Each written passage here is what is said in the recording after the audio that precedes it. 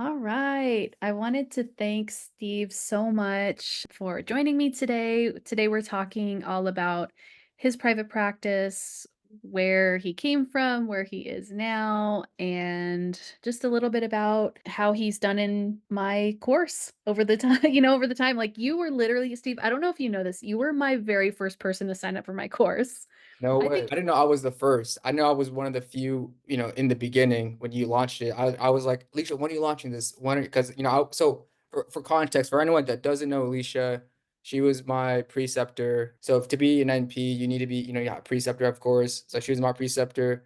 She had her own business at the same time, and I knew how successful she was doing. She told me she was launching a course, and of course, I had to make sure get my hands in it because I saw how successful she was, and I'm so glad I did. awesome. Various reasons. Awesome. Yeah, we'll get into it. Steve, tell me where your practice is right now. Just kind of like what kind of patients you see, how many days you work, whatever you want to share about your practice. Absolutely. I started in San Francisco because of the COVID pandemic. I was here at UCSF as a per diem nurse while I was finishing my NP. Once I finished my NP, once I finished my NP, I still work at UCSF per diem because we all know how much the per diem nurses get paid here. I won't say the numbers and higher. But that gives NPs scarcity because if RNs are making 125 an hour starting off, like that's just like on the low end. This is not even night shift, not even like weekend differential, chargers differential. There's not a lot of Mhm. NPs because why would you be an NP if your RN degree is, or RN is being paid that much? So I knew there was a market here for me compared to like Mississippi, we get 30 bucks an hour. So I wanted to keep the I want to keep my RN per diem job while I continue to build up my client private practice. And also I was working as an instructor, which also is very lucrative and very rewarding at the same time. My business is called Limitless Psych, short for Limitless Psychiatry, with a specialty in ADHD. Right after I graduated, I had like 7 different jobs, but one of them was teaching UCSF per diem, and the third one was working for a company. I don't want to say the name of the company, but let's just say it was very virtual at the time, and it was very set. It's not like done or cerebral, but the majority of the patients were ADHD.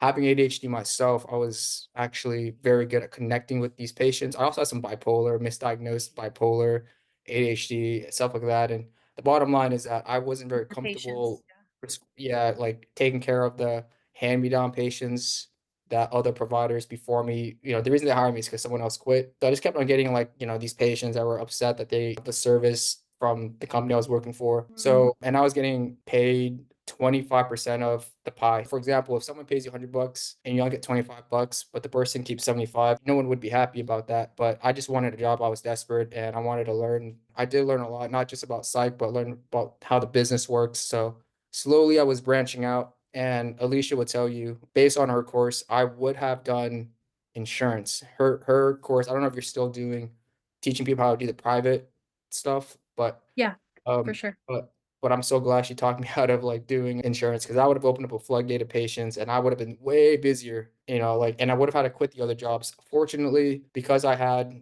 the per diem job, the teaching job, I was, making at least, working I think I was working 48 hours a week doing those jobs. So I was doing 2 12s a week at UCSF and teaching, so I was maybe already getting paid, like, 3.2K per week after taxes.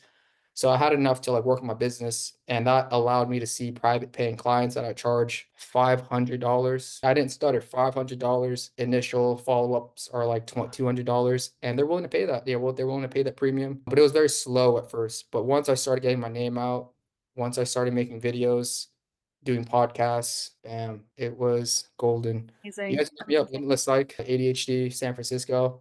Number one. And Awesome. one more thing I have to say is I don't just hand out ADHD like candy, like done in cerebral and get investigated. I actually treat my patients, which is why they come back and see me. If they didn't believe in me, then they wouldn't pay that premium. But I do a lot of holistic approach, not just here's Adderall, buy, not none of that. I Yeah. actually do a lot of ADHD coaching, write stuff down, exercise, sleep, nutrition, timer, it goes off, visualize calendars, clocks on the wall, watches on the wrist, things like that. And I Amazing. partner, like you need an army. So I have a partner with, a lot of ADHD coaches and ADHD therapists. And the reason I know about that is because of Alicia telling me, you gotta network with therapists. So I thought about, wow, that's a good idea. and I found people that specialize in ADHD, and those are the coaches. So for me, it really, really helped. That's great. How many days a week are you seeing patients right now? Oh, I see. Yeah, 7 days a week. It's hard to say when you're a private practice person, Oh, whenever. So I'm around the clock. Sometimes lunch break, wow. private patient, and again, I still keep my UCSF job. So sometimes when I go on lunch break, I just see my client, do follow ups. I get Wow. like hour and a half breaks, etc. And it works, I don't mind it. And I saw kinda to answer your question, how many patients do I have? I kinda lost track because they make appointments. Like, at this point, I have enough clients, I have make enough money from my other jobs, my other gigs that if I truly, truly wanted to maximize, I could, but I don't like charging patients, especially if they, let's say they lost their job during the pandemic or whatever going through. I don't like charging over them or overcharging on doing a membership base. I'm not a fan of that, but usually they come, every 4 weeks. But I'm not like a Nazi, like trying to, grab them. But Yeah. yeah, so for me, I'm all about the reputation of the business, and I'd rather have maybe a client maybe miss a payment than write me like a bad review for overcharging them. So for me, it's just growing. I get so many patients out. I could care less, if someone doesn't like make a follow up appointment. I try to hit them up. Hey, don't forget your appointment next week. But because of, what I've learned from you, man, I just keep on getting you like more and more and more patients. And people call and they ask, "Hey, do you take insurance?" I say, "No, sorry." And then that prevents me from having to take everybody. And it Yeah. lets me spend more time with patients. Yeah, I spend like sometimes 60 minutes and out to 2 hours if I don't have any clients, back to back. So it works out really well.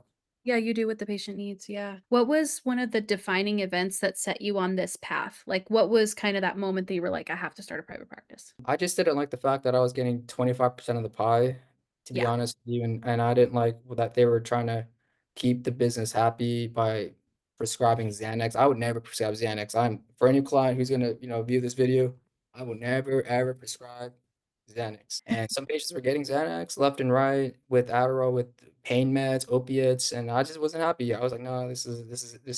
The person was also obese too, so that can lead to like, respiratory depression. So I wasn't a fan of that. Yeah. And yeah, and I wasn't and if I was gonna do like things like that, at least pay me. I'm just kidding. Hopefully it's okay. It's okay. You can leave this in. But like You're for getting joking. gypped and doing these, and hell no. So that was the final straw. I knew I had to go and Yeah. I struggle a little bit. Like instead of making like 15K a week from the other job with my other jobs, now I was making like 10K a week.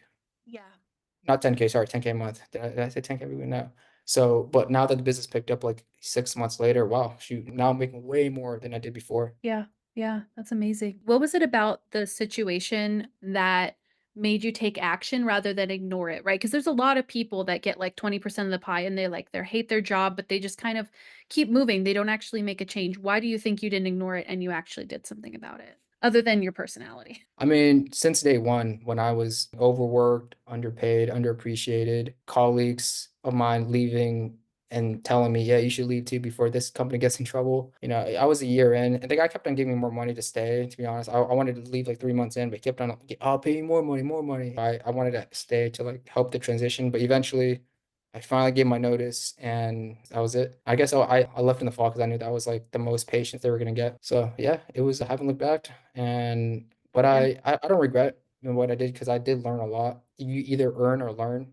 So for the yeah, first year, if you gotta learn by taking a pay cut, that's totally fine. I would tell everyone to do that. yeah. So you think that you couldn't ignore the situation because so many of your coworkers were like, we got to get out of here. We got to do something different." That kind of thing. Yeah, yeah, yeah, and don't f like, I started the business the day I started that job. Like, I started, like, doing the paperwork. I didn't see an actual patient until I actually quit. I started to balance both jobs, to be honest. So Yeah. when I quit, that's when I was able to get more motivation, got more hungry to, like, actually do the marketing, reaching out, Yeah. and I wouldn't have been able to do that if I had the other job, which was kinda holding me back. What was the hardest part about making that decision to start a practice? What was the hardest part? I guess the hardest part was busyness, like I have like 7 different jobs. So for me, time management was difficult. It wasn't hard starting job this like because I had your guidance, your program. The hardest part was maximizing my effort going out to do the marketing, calling people around, business, things like that. That was a challenge part, going to these conferences. And then when I went to these conferences, it was when I talked to some people, and you'll meet like along the way, like scammers, like people trying to sell you on a product and trying to charge you 8K to be For their your friend. practice. Yes, you meet a lot of people like that. Yeah. Fortunately for me, with your private, lesson. It told me a couple things that I learned. But the most important thing is, connections. You can't do it alone. You need a team, but you're not going to pay like a scammer that you don't know without reputation. So yeah, so that's to answer your question, what got me started, just wanted to get out there and see how far I can take my reach my potential. And when was the epiphany that gave you the belief that you were actually going to achieve it? Like, when was that moment in your business that you were like, "This is actually working?" Oh, when I realized I was seeing, I think at one time I had 7 patients per day, and 3 or 4 of them were, like, in new intakes. So Wow. 4 times 500, 2,000, 7 times 200, it's like $5,500 a day, and I was like, "This is got way too goddamn much," I need to take a step back. And they're all Wow. cash paying clients, and, some of them, they even want ADHD meds, like, some of them say, "Do I have ADHD? I just want ADHD assessment," you know? I want non-ADHD treatment, no problem, tell him, like, exhaust all these non-meds for it, no problem. So, yeah, that was a defining moment was when I realized because again, it's all about quality of treatment, and the moment that I was maximizing all my time was when I said, "Okay, this is a little bit too much." Yeah, yeah, that's the thing about cash pay is we're not trying to drain people, we're trying to, like, have good quality. Yeah. I know you're super busy and you have to leave soon. Can I just ask you one Yeah. final question? I want to know what you have to like, if someone's thinking about joining my program, any advice or anything that you would recommend of them to them? I think if you have been telling yourself, I'm gonna start a practice, but you haven't started a practice yet, paying 3K might hopefully motivate you because now you not only didn't start, but you put in 3K. So if you put in 3K, you're gonna let that 3K go to waste, or you're actually gonna start and look at it and see what you paid for. It was a great start, and you will branch out and do your own thing too, but a little guidance in the beginning is super, super great. Like I said, the program, if I it wasn't for the program, I'd probably be doing insurance and I'd be making less than I do. I probably would have maybe got in trouble, with some of the titling and, the initial setup. So, the program really is great to build your foundation in the like a bridge. Like if you are gonna build a Golden Gate Bridge, you want to build that foundation under the bottom. And then the design, the coloring, and all that, you do it yourself once, learn from mistakes, learn what works for you, what doesn't work for you. And that's the best thing I can say for anyone looking to buy the program. You want to build that foundation first, and Alicia's program helps you with that.